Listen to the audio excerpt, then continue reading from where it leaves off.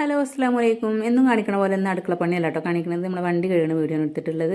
നല്ല രീതിയിൽ ചളിയുണ്ട് കേട്ടോ. കഴുകിയിട്ട് ഇപ്പോൾ 2 പ്രാവശ്യം നമ്മൾ വണ്ടി പുറത്തേക്ക് എടുത്തിട്ടുള്ളൂ. പറഞ്ഞിട്ട് കാര്യമില്ല, മഴക്കാലം ആയതുകൊണ്ട് തന്നെ അത്യാവശ്യം നല്ല രീതിയിൽ ചളിയുണ്ടെന്ന്. ഇപ്പോൾ രാവിലെ വീട്ടിൽ പോയി വന്ന് കയറിയപ്പോഴാണ് ഇത്രയും ചളിയുള്ളത് കണ്ടത്. അപ്പം ഇനി കഴുകിയിട്ട് വണ്ടി പോർച്ചിൽ കയറ്റി ഇട്ടിട്ട് ഇനിയിപ്പോൾ അടുക്കള പണിക്ക് നിൽക്കണുള്ളൂ എന്ന് വിചാരിച്ചിട്ട് ഞാനും മീനായക്കുട്ടിയും കൂടിയിട്ട് വണ്ടി കഴുകാൻ വേണ്ടി നിന്നിട്ടോ. അപ്പോൾ നമ്മളാൾ ഗൾഫിക്ക് പോകുന്നതിൻ്റെ മുന്നേ പറഞ്ഞാൽ ഡെയിലി പറഞ്ഞ വണ്ടി കഴുകും കേട്ടോ. വണ്ടിയും വീടൊക്കെ എന്ന് പറഞ്ഞാൽ ചെറുതാണോ വലുതാണോ എന്നുള്ളതല്ല, നമ്മൾ വൃത്തിയാക്കി കൊണ്ടിരിക്കുന്ന നല്ല കാര്യമല്ലേ.